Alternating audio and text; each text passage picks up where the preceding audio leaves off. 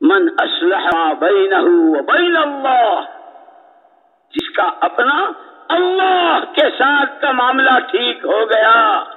اللہ خود اس بندے اور بندی کے اور ساری مخلوق کے درمیان کے سارے معاملات کو اللہ ٹھیک کر دیں گے۔ جب اللہ ٹھیک کر دیں گے تو بگاڑ کون سکتا ہے؟ یہ جتنے بگڑے ہوئے ہیں نا، چچا سے بھتیجے اور بھتیجوں سے چچا، خود گھر میں بیوی شوہر سے اور شوہر بیوی سے، چھوٹا بھائی بڑے سے اور بڑا چھوٹے سے، مالدار غریبوں سے اور غریب مالداروں سے، یہ جتنی انبن ہے اور جتنی لڑائیاں ہیں، اس کی اصل وجہ اپنے اللہ کے ساتھ کا معاملہ۔ اور حضرت مولانا یوسف صاحب رحمۃ اللہ علیہ فرماتے تھے، آدمی بیمار ہو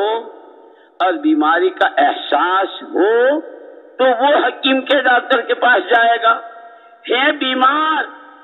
اور بیماری کا احساس ہی نہیں تو وہ کیوں جائے گا حکیم کے ہاں؟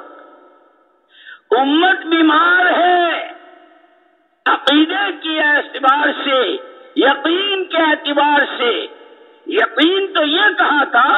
زمین سے لے کے آسمان تک اور مشرق سے لے کے مغرب تک اور چوٹی سے لے کے جبریل تک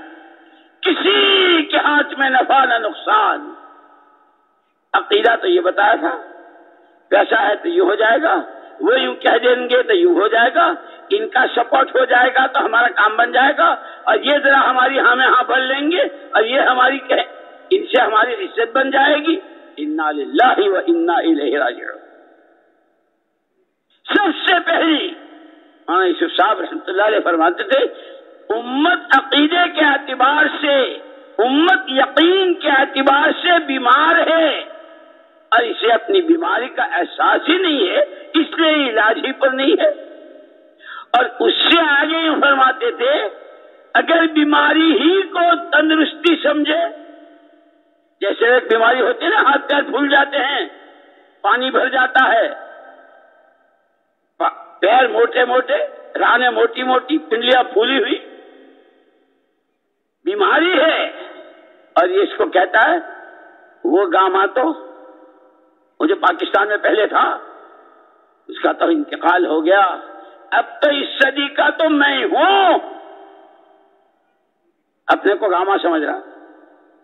بیماری ہے چلا نہیں جاتا اور اپنے کو پہلوان سمجھ رہا ہے۔ اس وقت ہمارا حال یہی ہے، ہم ایمان میں، اخلاق میں، اعمال میں، اللہ کی ذات کے ساتھ کے تعلق میں، مخلوق خدا پر ترس کھانے میں، اور اس سب سے بڑی بحیثیت امت ہونے کے، جس کام کے لیے اس امت کو اللہ نے بھیجا تھا اور صاف کہا تھا اخرجت للناس، تم صرف اپنے پیٹ پالنے، اپنے چچڑے لچڑے، اپنے ٹھکرے، اس کے لیے ہی تمہارے ہاتھوں مشرق والے ہوں یا مغرب کے، تاجر ہوں، کاشتکار ہوں، وزیر ہوں، صدر ہوں، عوام ہوں، خواص ہوں، چھوٹے ہوں، بڑے ہوں، تمہارے ہاتھوں ہر ایک کو راہ دکھے، اللہ تک پہنچنے کے راستے پر پڑے، ان کی جانیں، ان کا مال، ان کی صلاحیت، تمہارے ہاتھوں تاجر بھی، تمہارے ہاتھوں مالدار بھی، تمہارے ہاتھوں جوان بھی۔ اور یہ بھی بتلا دیا، یہ میں نے پہلے کہا تھا، جو چیز جس کام کے لیے بنائی جاتی ہے، جب اس میں استعمال ہوتی ہے اور اسی طرح استعمال ہوتی ہے تو پھر اس کا فائدہ۔ اب دیکھ لو، مائک بولنے والا یہاں بیٹھا ہے، کہاں کہاں آواز جا رہی ہے کہ پورا نظام ہے کہ امت تو اسی کے لیے آئی تھی اور اس کو کیا کرنا ہے وہ بتلایا تھا۔ تم جو کچھ ہو، تم جو کچھ ہو، تمہاری تمام نسبتیں ثانوی درجے کی ہے۔ تم بچوں کے باپ ہو بعد میں، اپنے آفس کے صاحب ہو بعد میں، کارخانے کے مالک ہو بعد میں، وہ لکھپتی کروڑ پتی ہو بعد میں، سب سے پہلے اللہ کے بندے ہو، بندگی زندگی کی غرض ہے، اور اسی کے ساتھ اسی سانس محمد صلی اللہ علیہ وسلم کے امتی ہو۔ تم دنیا میں آئے ہی اس لیے ہو، بھلی راہ چلتے ہوئے ہر ایک کو بھلائی کی راہ دکھانا، سچ بولتے ہو ہر ایک کو سچائی کا سبق پڑھانا، امانت داری کے ساتھ جیتے ہوئے اپنا ایمان بناتے ہوئے ہر ایک کو ایمان بنانے کی راہ پہ ڈالنا، جھوٹ سے بچنا، جھوٹوں میں توبہ کی استعداد پیدا ہو جائے، ایسی محنت کرنا کہ تم تو ہی سیکھ لے آئے ہو۔ لیکن وہی بات میں نے کہی کہ جب چیز اپنی غرض اور اپنے مقصد میں استعمال نہیں ہوتی تو نفع تو پہلے ہی رک گیا، اب نقصان کہ اس وقت ساری دنیا کی 4 سمتوں میں امت کی جانیں، امت کا مال، امت کی صلاحیتیں، امت کے جوان، امت کی دوشیزائیں، امت کے تاجر، امت کے مالدار، امت کے کاشتکار، امت کے جوان کہ کہاں استعمال ہو رہے ہیں کہ ضلوا فاضلوا، اپنی بھی راہ کھوئی اور دوسروں کو بھی اسی راہ پہ ڈال دیں،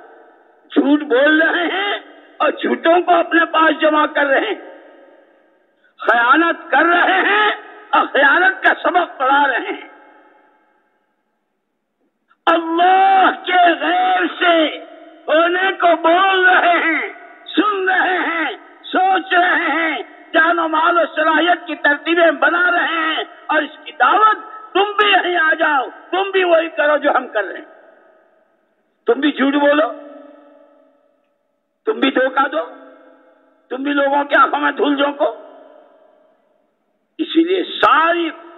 انسانیت جتنی پریشان ہے اس کی اصل وجہ ہم ہیں، ہم نے اپنا کام چھوڑا ہے، اس لیے کہ صاحب بتلایا تھا